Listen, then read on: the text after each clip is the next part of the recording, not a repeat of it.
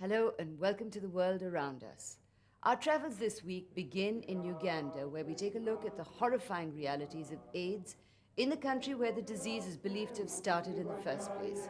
We go then to the Philippines, where we can learn a few lessons on cleaning up the environment that can be applied in our own country. From there, it's on to the Honduras and a story on how cigars have brought a small measure of prosperity. Then to South Korea and a look at how Samsung, the Korean multinational, is reinventing itself. And finally, a story of hope for the Chinese girl child. They say that a cure for AIDS is finally on the horizon, that a cocktail of drugs costing thousands of dollars a year can extend the life of AIDS victims by several years. But the cure, if it really is round the corner, is something that will bring hope only to victims in the rich Western world. In Uganda, where the disease is believed to have originated, the realities of AIDS remain grim, largely on account of widespread poverty, illiteracy, and traditional practices that help it spread. It's a story that could be set as much in India, where a similar social environment exists and where many doomsday scenarios are predicted. In Uganda, the doomsday scenario has already happened. There is a funeral today in the small village of Masaka in the Rakai district of southeastern Uganda. The deceased, Kanwara Ikiganda, a shoemaker. He was 30 years old.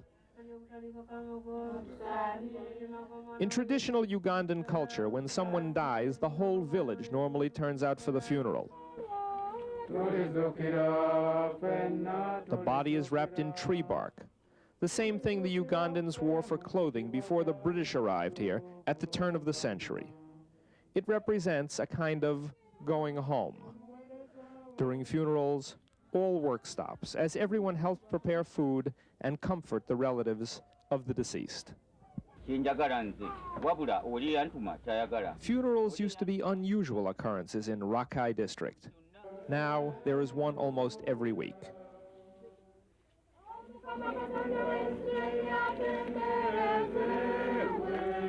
Kanwara Ikiganda died of AIDS, and he is not alone. Here, in this southeast corner of Uganda, almost 35% of the population is HIV positive. And here the disease is not restricted to homosexuals or intravenous drug users. Transmission here is 100% heterosexual. Why has AIDS spread so rapidly here? Part of the reason may be the culture. Jerry Kitunda is the brother of the deceased. According to African tradition, he will now adopt his dead brother's children and marry his dead brother's wife, most likely exposing himself to the AIDS virus. If such a small child loses a father, and the father of this child is my brother, then because this child now becomes the heir, the successor to my brother, then what happens is, because this child is very young, he will come directly under my control and my charge. But then the mother of this child, even if she becomes my wife, I add her to my number. If I was a monogamous man, then I will become polygamous. Today, most scientists believe that AIDS originated near here, in this remote section of East Africa. AIDS has been prevalent here longer than anywhere else on Earth, and the course of the disease here may give us some insight into the course that the disease will take around the world. Dr. Edward Mbede is an epidemiologist at Mulago Hospital in Kampala, the capital of Uganda. Dr. Mbede has spent the past 10 years trying to understand why AIDS is so prevalent in Uganda and how to break the explosion of the epidemic worldwide. What people need to appreciate now, that the AIDS epidemic is a dynamic epidemic. It may move from one population into another population. And I think people globally should put their energies and resources not to think that this route of transmission is not, given the fact that most people worldwide practice heterosexual sex. So any society is vulnerable.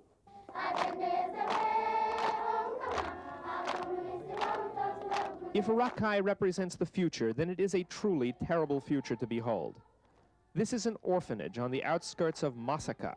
Orphanages used to be virtually unknown in Uganda. In the rare circumstance where both parents might die, the extended family would absorb the children.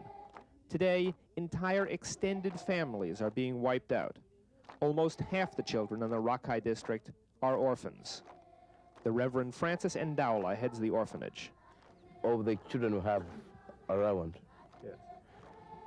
I think it could be over 50. 50% are orphans. Of the children we have around. 50% of these children are Yes. Either orphans already or the parents are already down.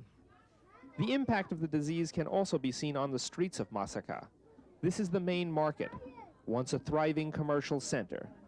Dr. Jeruzi is a local physician. Here, all this stretch, formerly it used to be stalls, like the other one you can see there. Right. But due to the death rate of the people, the stalls have vanished. In the past 5 years, more than half the stores in Masaka have closed, their owners dead of AIDS.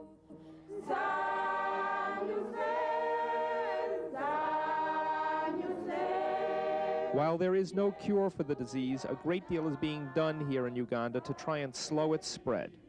And most of that is in the form of education, trying to change traditional patterns of behavior. But that is not always easy, particularly when the societies are poor and traditional. Outreach workers from TASO, a Uganda AIDS education group, travel the entire country trying to educate people about ways in which the disease is spread. You get the condom at the tip like this. But telling people to use condoms every time they have sex is difficult in a place where the average person has to walk 3 miles for drinking water each day. The supply of condoms simply does not exist. TASO may find more success trying to change the traditional practices that are now dangerous. Tribal healers, for example, who use razor blades and blood, have to be educated about the dangers of how the disease is passed on. Perhaps the most successful is this traveling roadshow about AIDS. It shows how unprotected sex can cause the disease. In a society that is largely illiterate and far removed from radio or television, these passion plays of the 90s can have a strong impact. But for the vast majority of Ugandans, the play's end is no surprise. They have seen this almost every day in real life.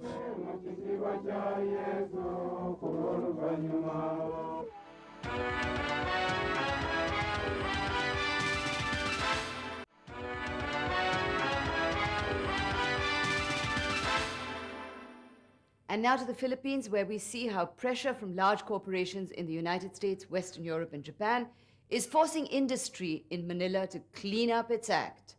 Filipino businessmen, much like our own in India, were reluctant initially to invest in new technologies that could produce goods without destroying the environment. But when they found it harder and harder to sell ungreen products to their foreign customers, they realized that it was worth being green. So we see here the good side of globalization. This is the Pasig River, the main waterway in downtown Manila. It used to be the city's central artery, a lifeline for shippers, farmers, and fishermen. Yet today, the river is one of the most polluted in Asia. It may seem like a local problem, but the Pasig is part of the global marketplace, and pressure to clean it up could soon be coming from businesses halfway around the world. Until a year and a half ago, this factory on the outskirts of Manila used ozone-depleting chlorofluorocarbons to clean the circuit boards it sent to its overseas buyers. Today, the boards get a water cleaning in this $300,000 machine. The Filipino owners say the high local cost of CFC solvents was one reason for the investment. But another more urgent reason came from much farther away. The second major factor that drove us to buying this equipment was pressure from our customers. Our customers were requiring us to get out of CFC as fast as we could. And that basically forced us also to consider buying this machine. Those customers, large corporations in the US, Europe, and Japan, were responding to a similar sort of pressure from their consumers and shareholders who are demanding that their products be green all the way back to the source. We asked for 3 specific things at this point, knowing that we will continue to evolve these expectations. One is that they have an environmental improvement policy endorsed by their top management. Secondly, that they have an environmental improvement plan with metrics. And third, that they've eliminated ozone-depleting substances from their manufacturing processes. But some Asian businesses say the multinationals should understand the market forces they have to face. They fear that Western standards mean higher costs and lower profits. This is like competing with another company that doesn't pay its taxes. While you pay your taxes, there is a kind of unevenness in the competition. The same with compliance with environmental regulations. If you comply, it's going to cost you more. But Western executives pushing for higher standards say good environmental management is good business. Forget about the massive costs of litigation, fines, or cleanup.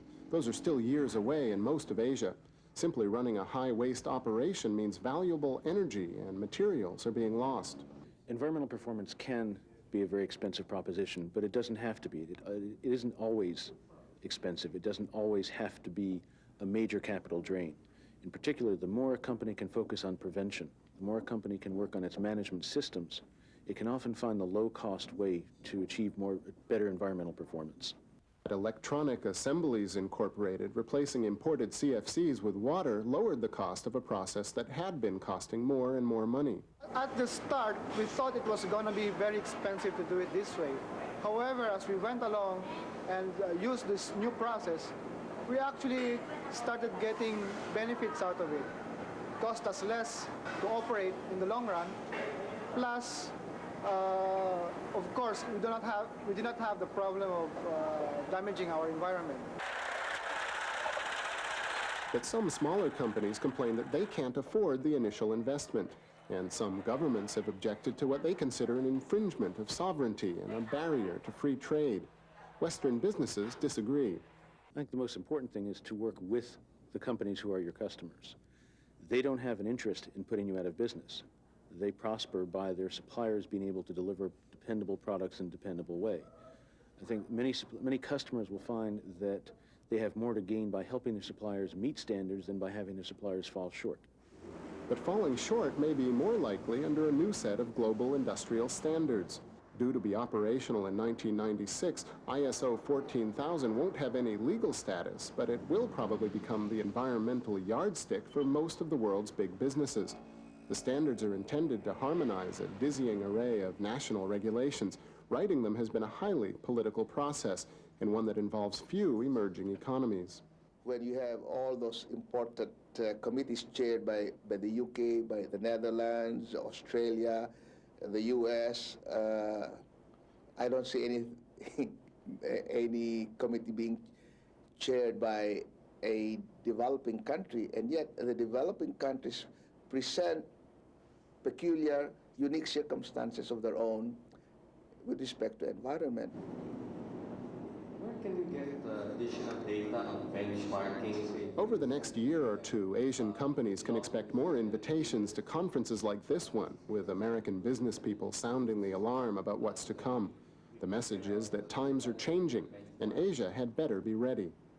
Our cut at all of this is that the global economy is going to increasingly demand it of global players. And for any company that wants to sell to organizations that are selling in that global marketplace, particularly the environmentally conscious markets, they really need to factor that into their business strategy. Western companies admit that the initial costs of industrial greening may be high, and some businesses are bound to fail. But corporate environmentalists contend that the benefits will be widely shared.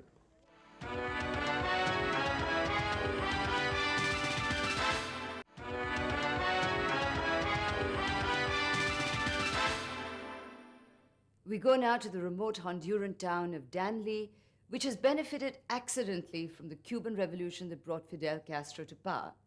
Nestor Plasencia, who was considered one of Cuba's best cigar makers, fled from the revolution to Honduras and decided to continue with his old business since Honduran soil is as good as Cuba's for producing tobacco.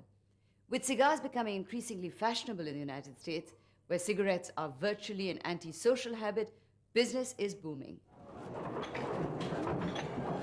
Cigar connoisseurs say it doesn't get any better than a fragrant hand-rolled Havana. Yet as Cuba's economy falters and the demand for premium cigars soars, the new cigar capital of Latin America is Honduras.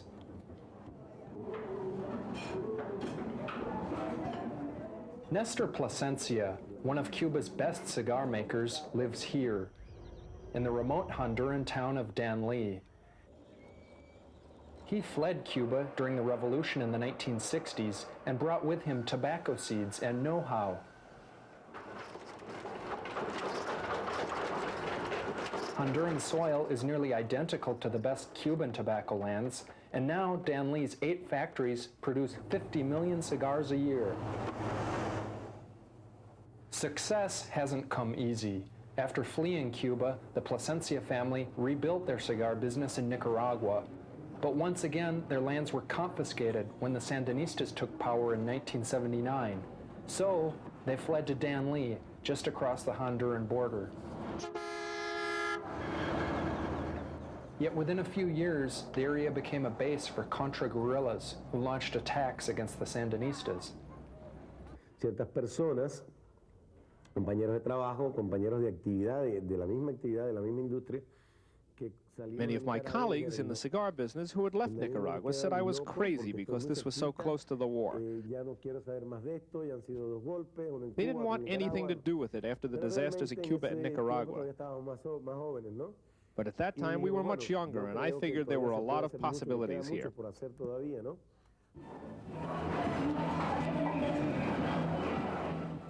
The gamble paid off.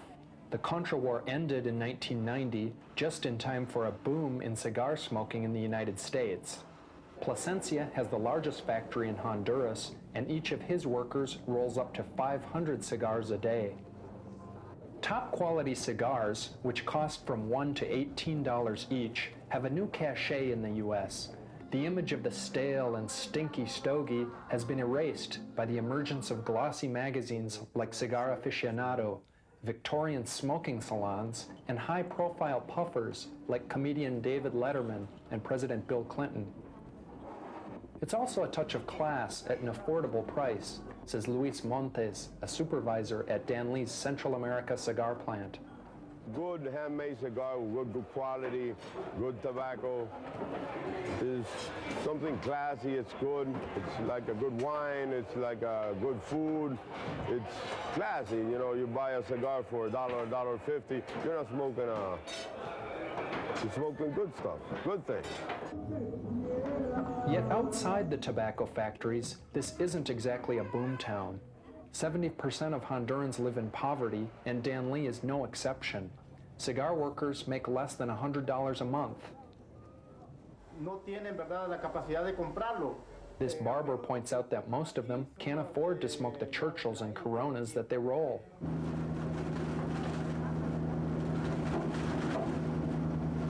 While the cigar industry provides thousands of jobs, some residents say the economy was in better shape during the Contra War, when the town was swarming with rebels on R&R from the front lines.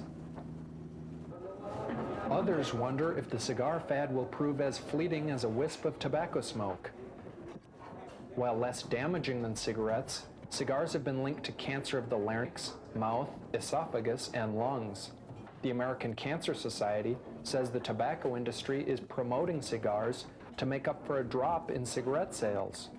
Still, managers at the Plasencia plant are confident that the new generation of cigar smokers is hooked. Since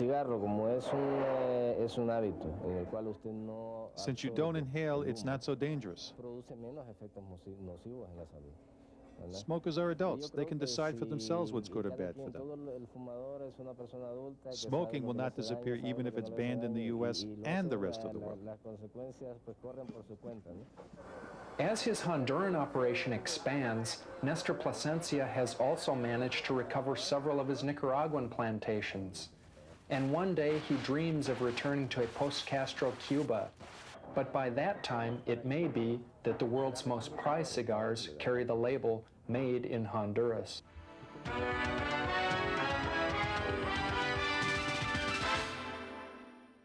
One of the non-Western countries that has shown enormous interest in investing in India is the Korean multinational Samsung.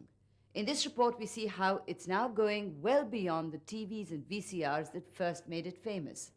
Those who are making the plans for Samsung to reinvent itself appear to believe that only the sky is the limit.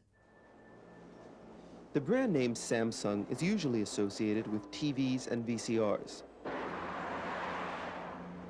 But if Samsung's chairman Lee Kun-hee has his way, South Koreans will be driving to work in Samsung cars and flying to Tokyo on Samsung Airlines. Samsung Group has bold plans for the coming years to both expand into industries some see as risky and to streamline its existing companies. Kim Seok-jun of Daewoo Securities says that's the right approach. I believe that through the restructuring program, Samsung Business Group will be able to concentrate their resources and energies on the sectors which have a promising prospect. Semiconductor production is the basis of the company's success. Its efficient assembly lines have made Samsung the world's largest semiconductor maker and Korea's second largest conglomerate. In fact, profits from semiconductor production are financing about half of Chairman Lee's expansion projects. Those plans include developing a 100-seat jetliner, and Samsung will spend $4.5 billion over the next 3 years to develop cars with Nissan of Japan. That's a big mistake, according to Stephen Martin, head of international research at a company called SsangYong. The entry of Samsung into the automobile industry will undoubtedly create massive overcapacity. There will be unemployment, there will be plant closures, and there will be major disruptions to the industry. But skeptics 10 years ago questioned Samsung's decision to focus on semiconductors. The group's reclusive leader, Lee, who doesn't give interviews, says South Korea's rapidly changing business environment today requires another bold move. Lim Dong-sum is head of Samsung's Economic Research Institute. Our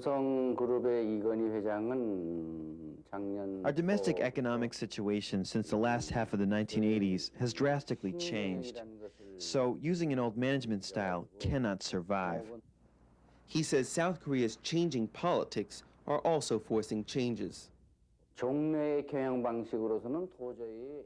The thinking style of our employees has changed also with the advance of democratization. That's why we need a new management. But Stephen Marvin says Samsung needs more than just management changes. It needs a different focus. Rather than hardware, I'd be looking at software, leisure, computer software, entertainment. I think Samsung should be visiting with the Disney people and with Bill Gates and maybe with MGM. That's who I would be talking to.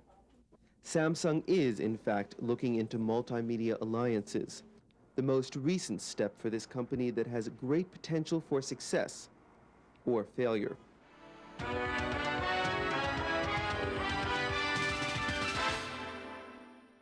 In China, as in India, the birth of baby girls is not something that is considered as joyful an event as the birth of baby boys. Whereas we in India are inclined to rid ourselves of them before they're even born, thanks to ultrasound and amniocentesis, in China they are often abandoned afterwards.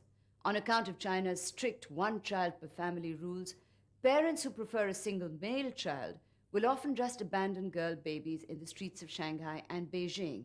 But as we see in this report, there's now hope for some of these abandoned babies, and it comes from distant America. This little girl is one of tens of thousands of babies who were abandoned on the streets of China.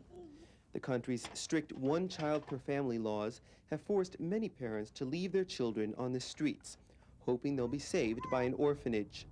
But unlike most of her Chinese sisters and brothers, Ellen now lives in America. Sarah Bowman of Atlanta, Georgia, is her new mother. The only thing I can say is that it's absolutely the most wonderful thing that has ever happened to me. Like nearly 1,000 Americans, Bowman traveled across the globe last year to adopt a Chinese girl. As a single woman in her mid-40s, she was frustrated by America's cumbersome adoption procedures. And at my age, the chances for adoption for a single woman of 44 to adopt in the United States, they're virtually nil, unless you want to spend an enormous amount of money. and go through a lawyer and do a completely open adoption. So she turned to China, which for the last 4 years has welcomed foreign adoptions. Heino Eriksson, who organizes many of these adoptions, says China encourages older people to adopt. I think because age in China, like in many countries of Asia, is revered. They're not having the youth culture like we have in our country right now. Andy? Oatmeal! Bowman tried to adopt from Romania, Russia, and from Latin America before she turned to China. There, she spent about $12,000 to get her bouncing baby girl, considerably less than she would have spent in the U.S. And Eriksson says Chinese orphanages have what most American families want. They all want girls, and there's really a country on earth where the adoption of close to infant girls are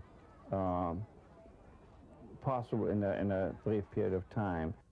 Bowman's little girl was found on the streets of Shanghai. Like so many other Chinese baby girls, she was abandoned by parents who either broke China's strict population rules or wanted their only child to be a son, to carry on the family name. In patriarchal China, the orphanages are filled with girls. A healthy boy is almost impossible to come by, but there's no dearth of handicapped or sick ones. This little boy has cerebral palsy. He showed up at this orphanage a few months ago with his fingers charred. His father had tried to electrocute him, and he'd put his fingers into an electrical point, and it had burnt all his fingers, but it hadn't killed him, so they abandoned him. Most of the orphanages are overcrowded and underfunded. There's usually no heat or air conditioning, and the rooms reek of urine. I'm washing, because they're not properly washed. So maybe they haven't washed for about more than 2 weeks. A recent study showed that at the best orphanages in China, only half of the babies survive.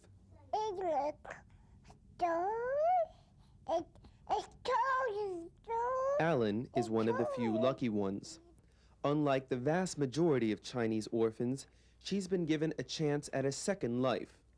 While China's family planning regulations have benefited a handful of Western women, like Sarah Bowman, who want babies, on the other side of the world, those same rules have created a generation of children wanted by no one.